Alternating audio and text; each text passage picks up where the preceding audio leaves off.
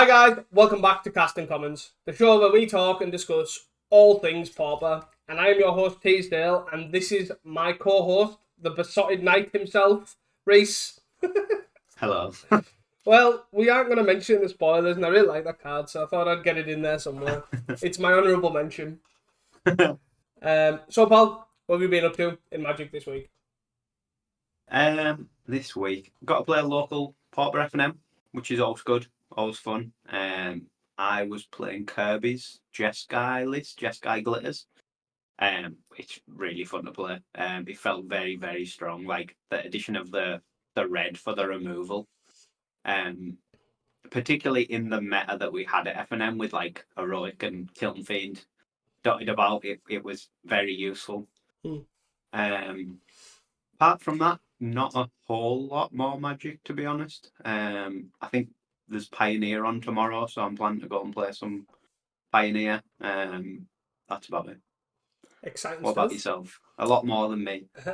I'd just like to add, I do think the Jeskai deck is actually pretty strong. I like the fact that it gets to play normal affinity, basically. Yeah, it's good. And it just has all that glitters, just to steal some games. But yeah. So yeah, mine's a bit more of Pauper this week, to be fair. So at the weekend, over the bank holiday weekend, I was invited over to Chad Magic to film a Pauper mini series and other members of their team. I think there's going to be about 4 episodes out based on obviously the filming. It was a great experience. We got to record some paper Pauper, something that obviously I personally don't do, which is definitely good. I'm grateful for the experience. Obviously, they really do showcase the diversity of the format. I think there was 4 episodes and we played 4. Each person, like player and opponent, were playing 4 different decks, so there's 8 decks total. And we still had more as well in case we had time to film more. So I was going to say you were going mad, running around finding cards, scrapping decks together to take down like the day before, pretty much, weren't you? Yeah, it was a pretty good one because I was really sad I didn't get to take 11 decks. Like, I couldn't get Ponza put together, and I'm like...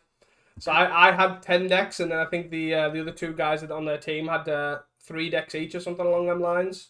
But yeah, it was great to film, and it was a pleasure, obviously, for them guys having me on there. The main thing that I do like, I would definitely like to shout out, is I appreciate my simple recording process. Because, oh my god, filming in paper is holy shit, is that a different ballgame. Lots of different things that go in, and, you know, I just press record, almost. I do a little bit more than just press record, but compared to them, I basically press record and sit down. Like, wow, that is some graft. And I hope I did it justice when they do come out. So everyone who does end up watching them, let me know, because I would like to say I hope I did the Pauper community some justice, for sure. Hopefully it'll bring Pauper to sort of a new space as well, because like their channel's basically like 99% EDH. Yeah.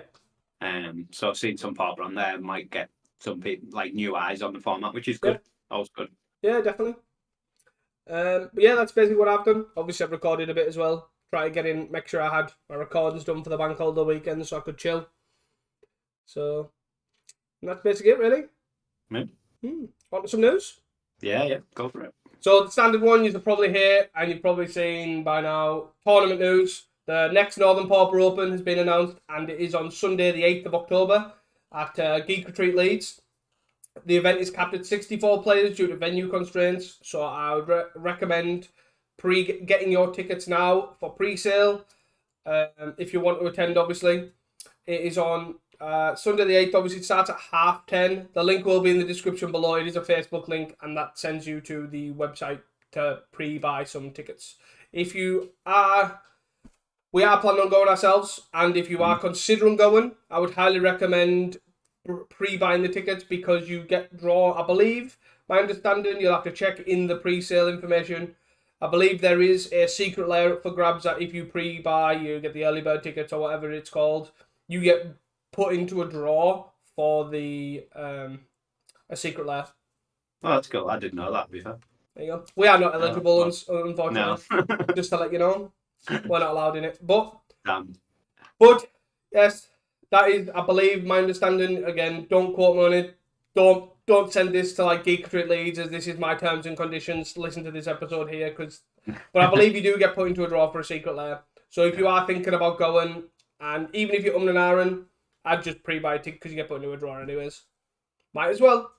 Moving on.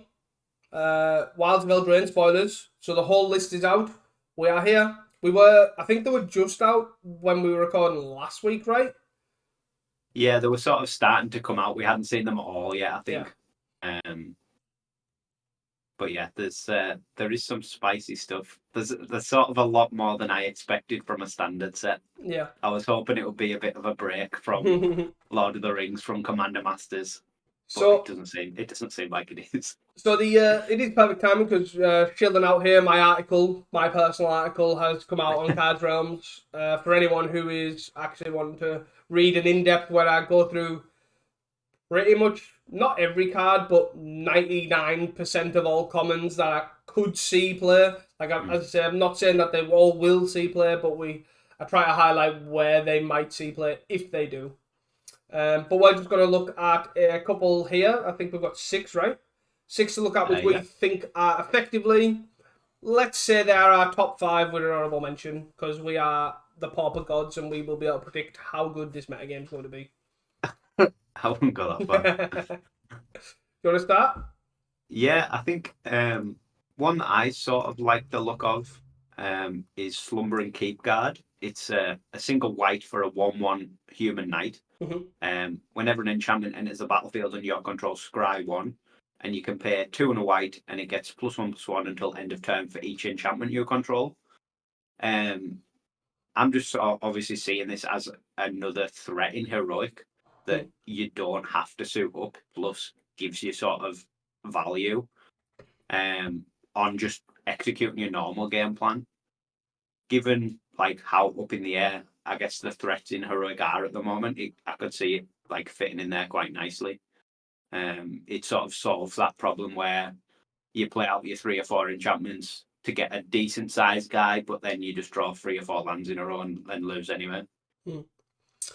Yeah, it can be like a threat as well without being suited up at all. Like you have one guy suited up and then you just pay 3 mana and this guy's also a decent attacker. Yeah, you definitely brought my attention to this card. Like I was and ahhing it when I was going through the cards to obviously write the article. And generally, as I tend to do with most things, sometimes I think I'm going insane and I send cards to Reese and say, this card's bad, right? This card's good. Am I actually on one or what's going on? So that's my general my process of evaluating cards, and most of the time I'm way off and Reese tells me to shut up, but it's kind of how it goes. But this one I was kind of like, is this bad? I can't really tell. And then I think you were like, initially you were like, I don't know. And then I think we both mulled on it. You were very much like, this card is probably going to be the real deal by the looks of it, potentially. I think the more you think about it, and then the more you look as well at the threats that Heroic is playing, it's sort of also like a pseudo double strike as well. If this is your only guy and you're like just suiting it up, you pay 3 mana, it gets like extra buffs for all of its enchantments. Yeah. I'm not saying it's a certainty, but to me it looks like one of the most obvious ones that will just slot right in. Yeah, because one of the cards I previously mentioned at the start of the podcast was I was really high on Besotted Knight for that sort of slot, but at that point, Besotted Knight was one of the first cards spoiled. So I think this card's probably going to take like any consideration of running that card.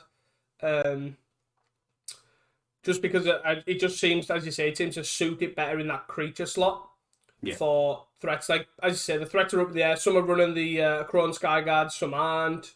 Some are running, all in on Sacred Cards, some aren't. All that sort of, the threats are so up there that this could definitely like cement itself in there. Yeah, I think it could just do that job and refine that role to where like Heroic is just 4 Trailblazers, 4 of this guy, 4 cats, and then that's what you run on or something similar. Yeah. Definitely. And it's definitely a sweet one. Definitely want to keep it out. I would also wouldn't be surprised if Besotted Knight was better, but highly unlikely. Do you want to go over the next one? It seems like pretty pretty much your bag. Yeah, so this next one's a Candy Grapple, which is 1 and a black for a instant with bargain. And if you don't bargain it, target creature gets -3/-3, and then if you do bargain it, it gets -6/-6. -5/-5. -5/-5. I was close. I did all that from memory. That's not too bad. Yeah. So, basically where this shines is it's very similar to Final Flourish, which is a card that was released in All Will Be One or Marcher Machine, something along them lines, where effectively it was similar in the sense that it was -2/-2, and then you sacrifice an artifact or a creature and you get -5/-5 or something like that. Where the big difference between this and Final Flourish is you get a standard of -3/-3 as opposed to -2/-2, which sounds really small, but in a world full of Kenku and Kenku bridges, is very, very real. You don't have to sacrifice anything to kill the Kenku, where you do with a Final Flourish. That makes me consider this more in something like Golgari Gardens, which in certain circumstances could be basically a deal breaker. I know obviously they have chainers, but as of late, up until recently, which we will talk about, they have been running less and less Chainer's Edict. So there is a chance where this could be a Miser copy or a removal spell here and there. And it's just another removal spell to add to the mix. Yeah, I think the rate, like as you say, is just sort of in that ideal place where the low end gets the Kenku lands that you're scared of, and then the high end you're still killing terrors and Gurmag Anglers. Yeah. It's like the perfect -3/-3, -5/-5 with the perfect 2 numbers basically for this sort of card. Yep. It's I guess slightly harder to activate. Like the bargain is sack an artifact, enchantment, or token, rather than just sack an artifact or creature. But I don't think that'll be too much of an issue. No, in decks that would probably especially in consider gardens. This. Yeah, so something like gardens, and then there was a time when people were trying it in like Grixis Affinity, like the Final Flourish. Yeah. Both of those sort of decks where they would consider this card an artifact, an enchantment, and a token, and not hard whatsoever. Yeah. Definitely. The next one I've got down is Candy Trail, which is sort of similar to cards we have at the moment, but just with a little spin on it. It's a 1-mana artifact that's a food clue, just for those relevant card types. When it ETBs, you scry 2, and you can pay 2 and sack it, and you gain 3 life and draw a card. So it's sort of like a hybrid Lembas, Golden Egg, Ica Wellspringy card, but costs 1. Yeah. You don't get the draw right away, but you get a double scry, which is essentially a draw. And obviously you can get the draw plus 3 life later down the line. I'm not sure where this is going to fit in, if it's better than Lambus or not. But I think it's definitely worth considering. Yeah, I think the way I see this card, because I really do, I'm really high on this card, but not necessarily as a Lembas kind of Wellspring alternative, more like a Witch and Well alternative. So like Jeskai Affinity for Jeskai Glitters, for example, is a deck that's brought Witch and Well to kind of the forefront of people's minds, I would say. Mm-hmm. And give that to me, I think that card alone enables that deck to be more like an affinity shell, like a Grixis affinity shell that just coincidentally runs all that glitters. Yeah. And I could potentially see Candy Trail allowing that sort of deck in the non-blue glitters deck. So say like Boros glitters or green-white or black-white or something along those lines, where you could actually run like a Witching Well in inverted commas. In non-blue. Yeah. That's how I'm seeing this card. And then also I think Boros is probably, as you said, the obvious home for that. Yeah. You don't have the blue, you still get a lot of artifact lands. Yep. And this sort of fills that role of fixing your draws and getting you a bit of advantage late game. Yeah. I also do, it is obviously a relevant card type. It is a food. That's 2 foods we've had in, 3 sets or something along them lines. So we've now got Lembas added to the Candy Trail. We have Ginger Brute. And we have Golden Egg. All very relevant. They're eventually going to get to a critical mass where we're just filling our deck full of stuff that we've basically made a witch's oven. Kind of. It might come to fruition, who knows. The next card, I guess we can just go over quickly. It's one we mentioned last week. Yeah. Which is the Fae Master Sprite. It's 1 blue for a 1/1 flyer fairy wizard. When it ETBs, you can pay 2 if you do tap target creature and opponent controls and put a stun counter on it, which is it basically doesn't untap during its next untap step. I guess the obvious thing for this is slides into mono blue Fae, replaces Miscreant basically immediately. Clears out the blockers, lets ninjas get in for ages, gets picked up by ninjas to reset to keep the blockers locked down. It seems really strong. Yeah, really strong. So, like, as you say, it's straight up to me and yourself, obviously, straight up swaps Fairy Miscreant in mono blue. I also would go as far as say is, I think the blue eggshells of fairies are that up in the air anyways, that I wouldn't be surprised if you're seeing this as a 1 or a 2. The big constraint of Fairy Miscreant is you basically have to run 4 to try and maximise that draw. This card is not that case whatsoever. You could easily run 4 Fairy Seers and 1 or 2 of these.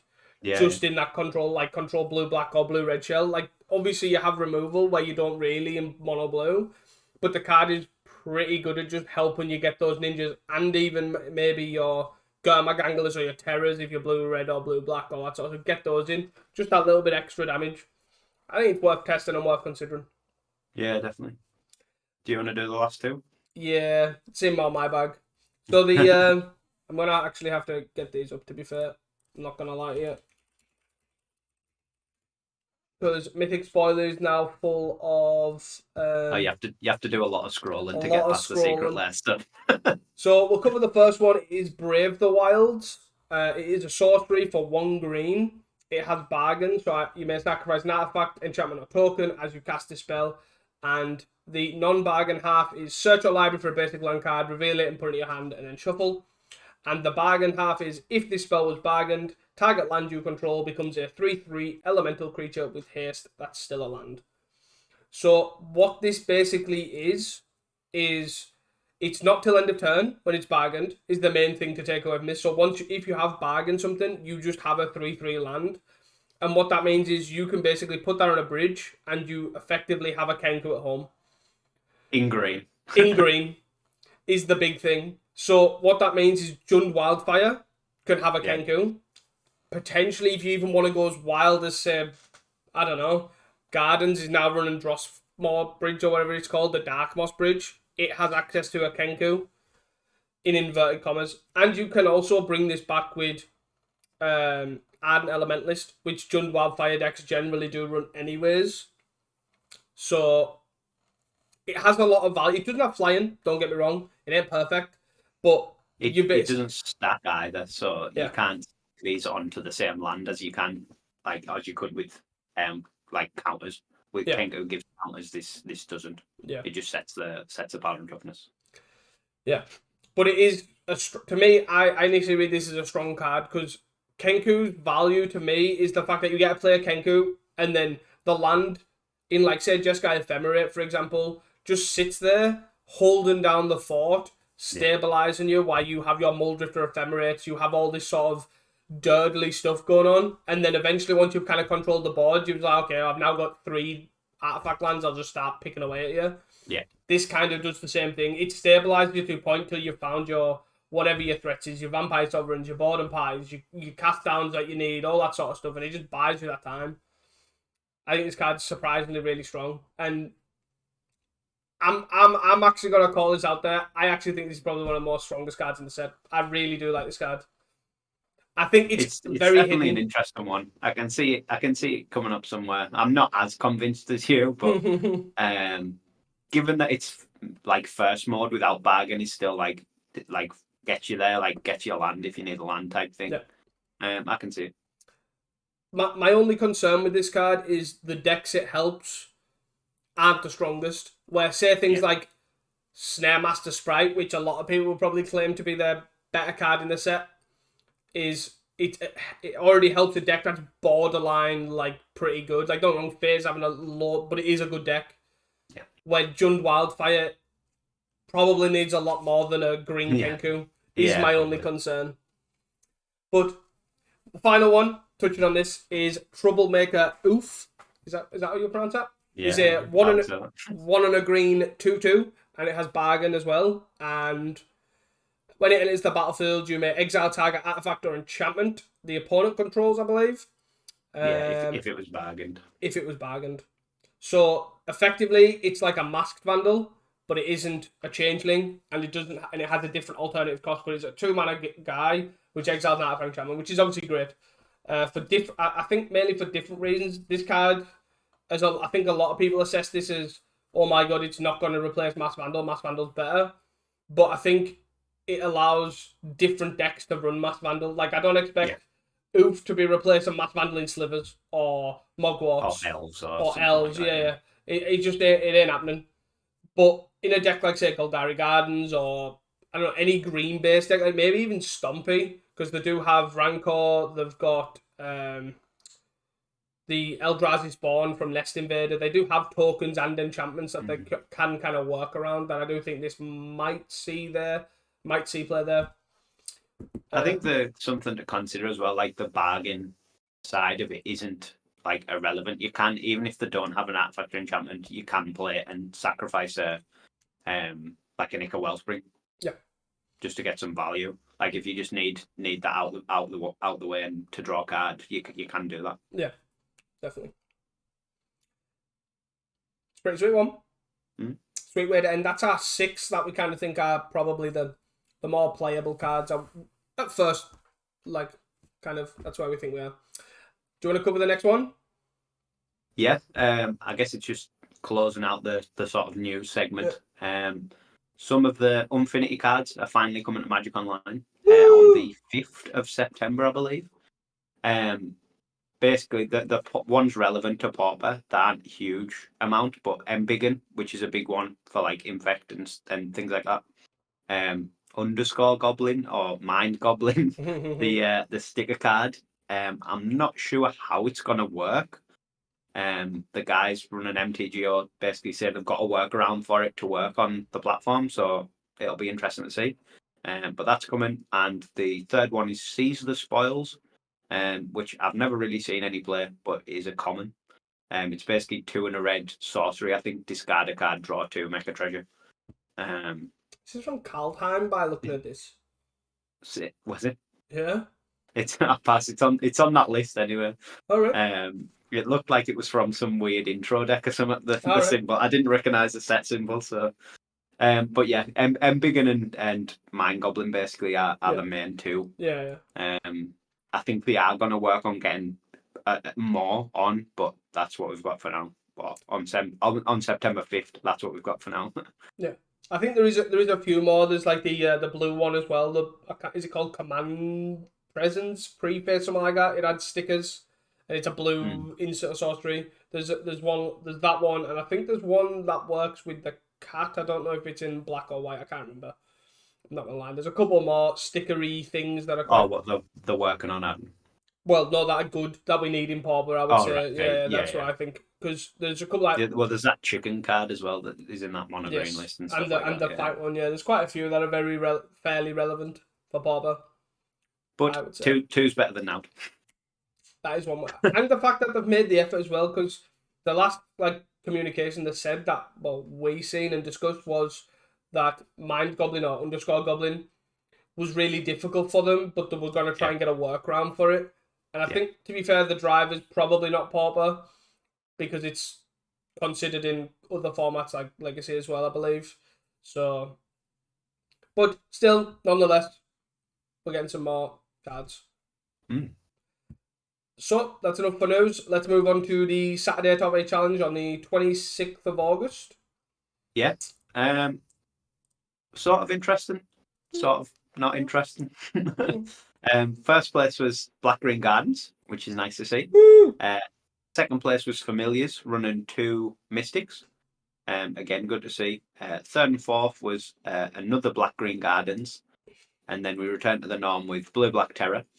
And then 5th through 8th was Mono Red, 1-drops, Blue Black Terror, Mono Blue Terror, and Mono Red, 1-drops. And then the 2 near misses was a Blue White Glitters and a Colgate. Yeah, a pretty odd week. The sort of top half of the top 8 is like, oh, this is a bit different, and then the Hmm. rest of the top 8 is just this is what we expected. Mono Red and Terra dominating. Yeah, Um, it's I guess Gardens is probably pretty figured out a list that is pretty suited to beating those two decks with that double top 8. But yeah, I they think definitely performed.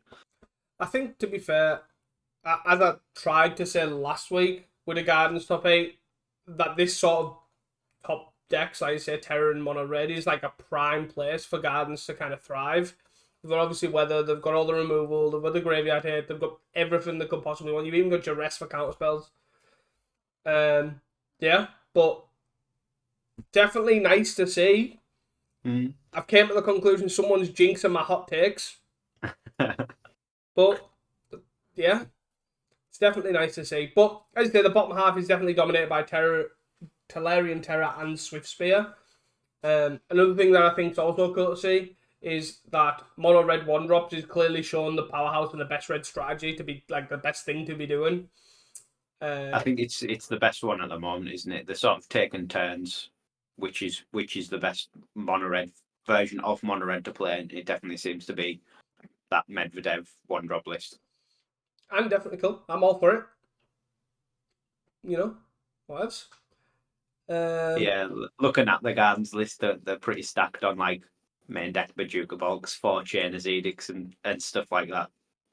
So they definitely look out to beat Terra. yeah. And back to four chainers as well on Yeah, at least one of them. I don't but know if both of both of them are them. on Yeah. 4 Chainers. Yeah. So it's definitely cool to see the some of the package like the creature packages are all over the spot. Obviously, like one Crypt Rats and one Lamwa Visionary and one Ica Wellspring, one Lembas. But I think that's very. I think we've covered Leo's list before, and he very much has these sort of like wild one-offs that keeps the opponent guessing. We've also only got 3 Calendar Gardens. That is sacrilege. You got to fit Bajuka Bogs in there somehow. Well, I managed to do it all right, but you know, um, I guess But the yeah, it's sort of not the most interesting top yeah. 8, I guess. Yeah, I guess one thing to mention is probably the is it the 6th place or the one of the 5th to 8th place blue black terrors, the one Mm. that runs zero anglers. Just to kind of Yeah, briefly touch on it is obviously they're playing blue black, but they're effectively playing black for snuff out, chainers, fangs, and cast down. They have no Gurmag angler. Obviously we've just sackable got cards as well. Cryptic Serpents essentially as a replacement to Yeah. Germag. Um, the only reason I can see this is the power of mono blue, basically. Gurmag's really bad against mono blue in the sense that you get snapped. Yeah. Yeah. Your graveyard gets snapped and then you can't cast it again. Yeah, I could see that. I Uh, guess the other downside to this is though it sort of makes you a lot more vulnerable to like snuff out and yeah, circle of protection. So yep. it does seem a bit 50-50 whether it's actually worth that change or not. I think I'd like to touch back on this when we come back to the hot takes, I guess, because it kind of I think it reads into our previous Okay. hot takes from last week. But yeah, I kind of Yeah. but I think it just note that there was one that didn't run Angler and ran black basically for removal in life gain. Mm. Um, anything else you want to touch on? No, not really. Yeah, we will be. There is obviously blue white glitters in there, I guess. Um, but we'll be kind of be covering that pretty shortly. So Yeah, the name is in ninth. yeah. Yeah. Yeah. So the deep dive deck for Saturday. If I away, it's your pick. Yeah, so I chose I believe it was 23rd place list, if I scroll down, which was a Esper Glitters, or a take on Esper Glitters, I guess. It was a bit different, hence Mm. why I chose it. Out Zero was the pilot. Um, and it sort of looked initially like an Esper Glitters list, but Mm-hmm. then I noticed it was running like Ica Wellsprings and Deadly Disputes and Reckoner's Bargain. as sort of the draw package, which I thought was quite interesting. It's still on the 4 Thoughtcast, but essentially eschewed the 5 mana new Thoughtcast. What's it called? Reverse engineer. Yeah, got rid of the reverse engineer to slide in the Deadly Dispute engine, which is quite cool. Mm. A couple of weird one-offs with a Nihil spell bomb, again decent to sack to dispute. Only one wedding invitation, but not as needed because it's got 2 ginger brutes as well. Mm-hmm. But yeah, I just thought it was an interesting sort of take on the Esper list. See, it's still sort of evolving, and there is quite a lot of room in these glitters lists. Yeah, and also got 3 Vault Scourge as well, which is quite nice. Obviously, a nice thing to suit up to obviously help against like mono red and things like that. It's black as well, so it doesn't just get snuff out. Yeah, and that too. So you can commit to it a bit more against tapped out terror. Yeah. So it's definitely a sweet one. It's definitely a nice take on it because it does look, as you say, it looks initially quite stock. You've got obviously the Blood Fountains, the Springleaf Drums, the Ornithopters. You've still got the 2 Kenkus. You've got the Frogmites, Marinforces, standard stuff, even the Rebukes. But yeah, just that little bit of flair in it, which kind of helps it though. Obviously, with the Deadly Disputes, helps it kind of play more control-y and not just all in. I think as well, going a bit harder in on the black. It's changed the mana base from like the stock Esper lists. Yeah. Like we basically used to see in the Blood Fountains were basically just splashed off Mistvault bridge, the blue-black one. Yeah. Whereas this runs the black-white bridge as well as Vaults. Yeah, which is and runs the Vaults, which is very heavy on the bridges, which is good for Kenku, I guess. Also makes it a bit slower. But then again, as the Deadly Disputes, has the Wellsprings to kind of play that longer game. Again, though, no removal, obviously. Yeah. So you are playing this like controller game, but you like Grixis would almost, but you also don't have the Galv Blasts to kind of slow them down or any removal whatsoever. So it's an interesting take, and it'd be interesting to see how it goes overall. But yeah, I think it's sort of the weird game. These sort of not the Jeskai list because that has quite a lot of removal in, but like the blue white and the Esper lists particularly. Basically just don't run removal, but play like a controlling sort of game plan, but without removal. It's very odd. They're quite interesting to pilot. Yeah, they are. They're not very forgiving. Yeah, not forgiving at all.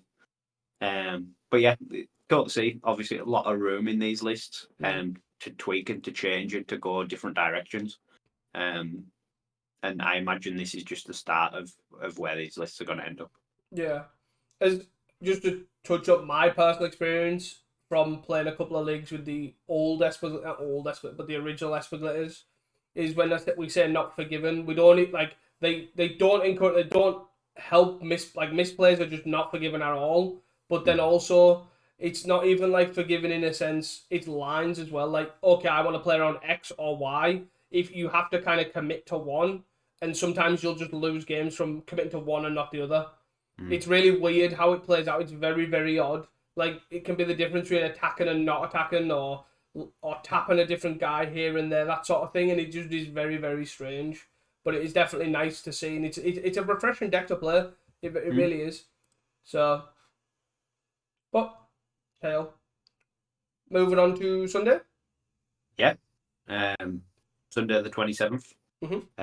It was a lot more interesting of a top 8, thankfully. First place was Blue White Glitters. Second place was Colgate. Third through fourth was a Mono Blue Terror and another Colgate. And then fifth through eighth was a Mono Green Aggro, a Green Red Ponza, a White Weenie, and a old school Affinity, Grixis Affinity. And then the 2 near misses were a mono red 1-drops in 9th and a Green Black Gardens in 10th. Very sweet top 8. So basically, to me, this is sort of the polar opposite to Saturday's top 8. Saturday's what we don't really want to see from Pauper, where basically 2 decks are pretty much dominating, with Mono Red and Terror essentially being half of the top 8. Whereas this top 8 is exactly what I love about Pauper. The top 10 in fact is 9 different decks with just the duplicate core gates, all on a massive mixture of strategies. The decks are like Blue White Glitters is a brand new deck. Core Gate is a relatively new deck to the Pauper format, and then just below them is Mono Green Aggro that's been there since the format started.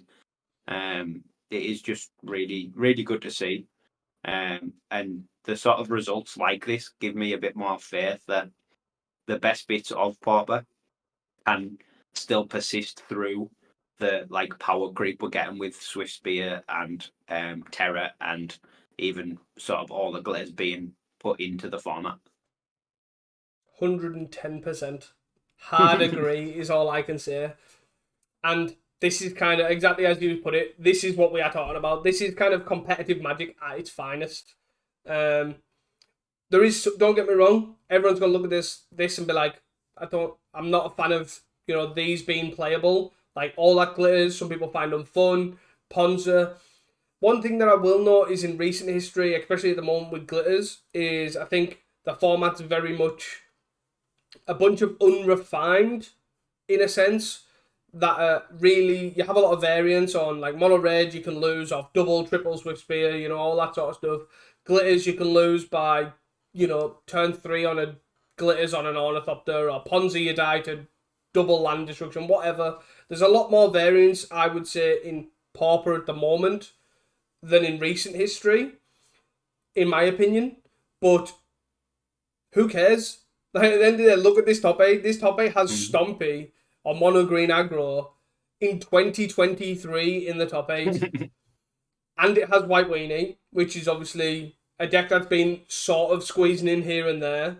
2 iconic decks that have been around since Pauper's existence. Yeah. Fighting side by side by Terror and Core Gate. Basilisk Gate, before... I can't even remember the last card that got banned, there's been that many. Anyways, before that card got banned, people were saying probably something from Affinity. Probably.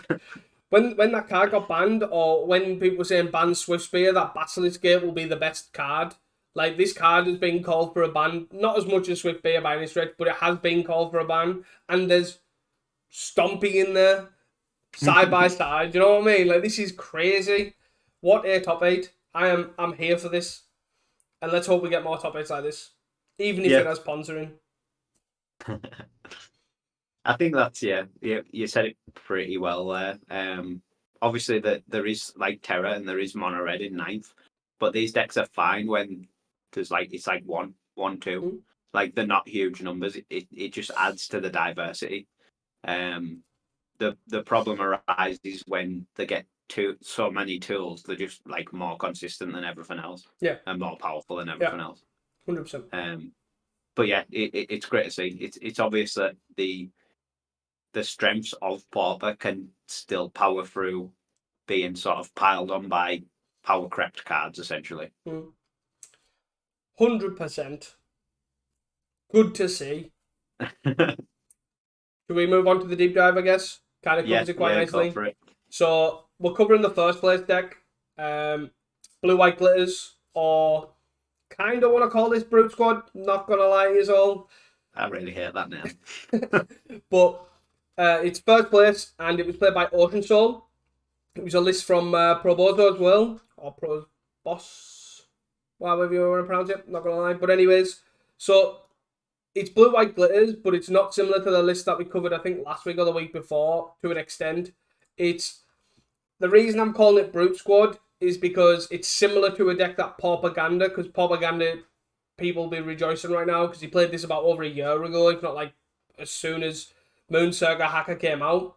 It is basically an Ornithopter Moonsurger Hacker draw engine deck, and it uses Ornithopter to obviously ninjutsu the Moonsurger Hacker, and then you can then use the Ornithopter to trigger not trigger, but play the reduced cost of One Mind to basically have them both there to draw to.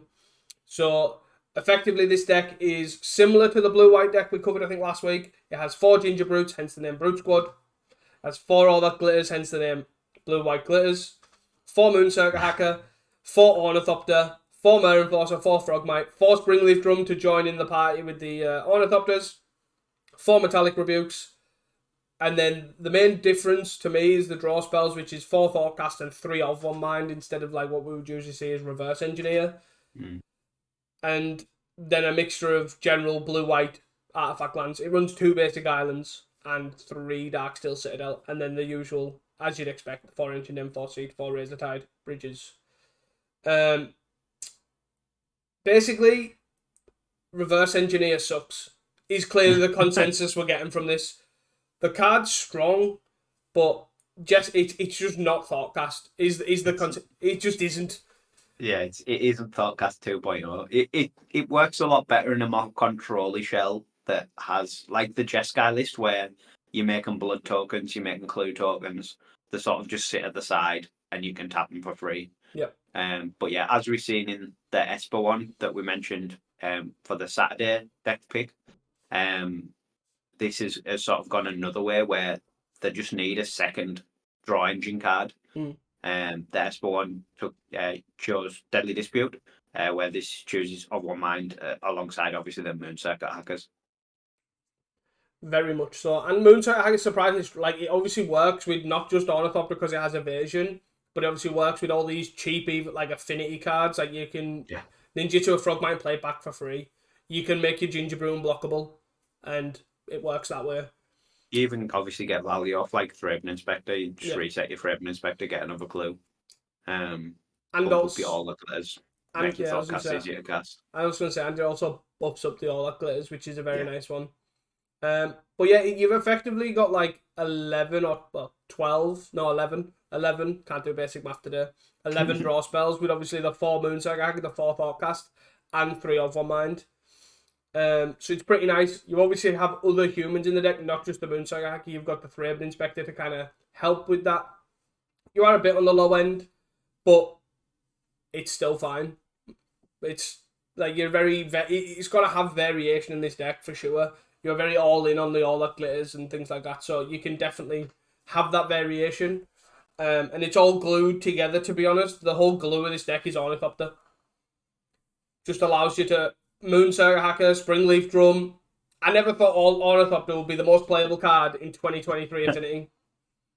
That is for sure. Wild. Being blue-white as well, the mana base is a lot cleaner. There's a lot less just tap land. Because you only have the 4 blue-white bridge, and then you're on 4 inch, then 4 seed, 3 citadels, and a couple of islands. So you've got a lot lower to the ground than like the Jeskai or the Esper list. Yeah. I guess just touching on the sideboard, there's a card that I thought was pretty interesting that I haven't seen in a while, which is Leave No Trace. It's, I guess, essentially a Serenity type card. It's 1 white, it destroys target enchantment, and each other enchantment that shares a colour with it. It's instant as well. Obviously in the blue-white shell with other All That Glitters being pretty big at the moment, Boggles being pretty big, Heroic being pretty big. It's a nice answer. Kills your run though. Well, yeah, if it's in play. Yeah. Just a note, then it's not completely free. It does have some numbers, but yeah, it hits Journey as well, which is not the end of the world. I guess there is also some weird scenario if you're going to play around Blacksmith Skill, you can blow up your own, I guess. Because I believe Blacksmith Skill's like hexproof or it's target thing you control. Just a note. I think it's only target creature, but yeah. No, so you could. Surely it's not target enchantment gets hexproof. Because it gives it +2/+2, doesn't it? I don't know. I can't remember. Unsure. Pass. But I feel like it can protect the All That Glitters. I feel like it might be target permanent. Yeah, you could be right. And then if it's a creature or an artifact creature, it gets +2/+2. Yeah, it is actually target permanent against hexproof and indestructible turn, yeah. That's all. It gives it indestructible though, so it doesn't protect it. Never mind. Well, we'll have to try. But yeah, it was a nice slot. Maybe next time. But yeah, interesting sideboard card. The rest of the sideboards, probably what you expect: 5 blue blasts, 4 relics for terror, 4 dust to dust for affinity in the mirror. Pretty stock nowadays. Yep. No cop blues.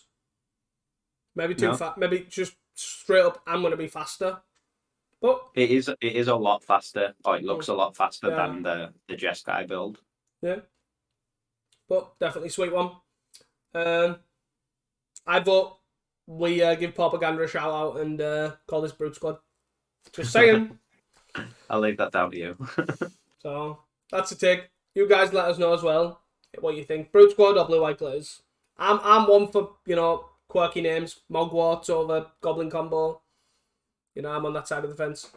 So Yeah, I do prefer Mogwarts, but it doesn't resonate with me at all, this Brute Squad. So yeah, let's move on just to the shout outs. Just a quick one this week. We shout out to obviously Nick Norman winning on the Saturday with the Black Green Gardens. We always got to shout out the Gardens fans. And then also came 10th on the Sunday with Gardens. Impressive work. Keep up the plant tokens. So yeah, that's pretty much it. We'll move on to the hot takes, I guess. Yeah. So hot takes from last week. My first one, that every time I say this, it just never happens. Was that the PFP will comment on the format. Basically, they had that window where there wasn't new stuff being added. They didn't comment. Now that window's gone because there's a lot of new stuff being added. So yeah, obviously they didn't comment. I can't imagine them commenting now until a good few weeks after Eldraine.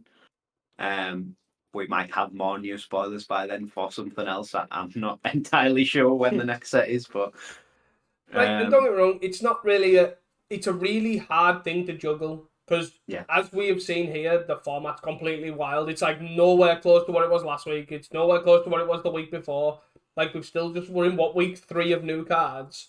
It is a depends hard if you look at Saturday or not. Yeah, well, but yeah, it's still a hard opportunity for them that it is sort of evolving. It's still adjusting to Commander Masters, so you can kind of understand that to an extent. But again, it was the window of opportunity because next week new cards. So, but I don't hate it. I'm personally on the side of more communication is better than no communication. But again, it's a hard thing for them to win at, even if it's no change. Yeah. My take was Murmur Mystic will find natural home this week or next week, I guess, and it's just not happened yet. Really, I don't think it's got FAMs as a 2-of, but again, I still don't feel like that's its home. It's more just FAMs with 2 Murmur Mystics. It's sort of shown up, but just not like a deck dedicated to it. I guess like obviously it was in that blue black terror list that cut anglers. Yeah. It was in FAMs. It just it feels like there's something there, but it's just not fully explored. Yeah, it just needs. I feel like the card's too powerful to not have its own home, and I feel like we're doing it a disservice for not finding its own home. So I still think someone needs to work that out and get their act together. But here we are. My second one was that another glitters list will top 8, I guess this week. That was not blue, white, or Esper.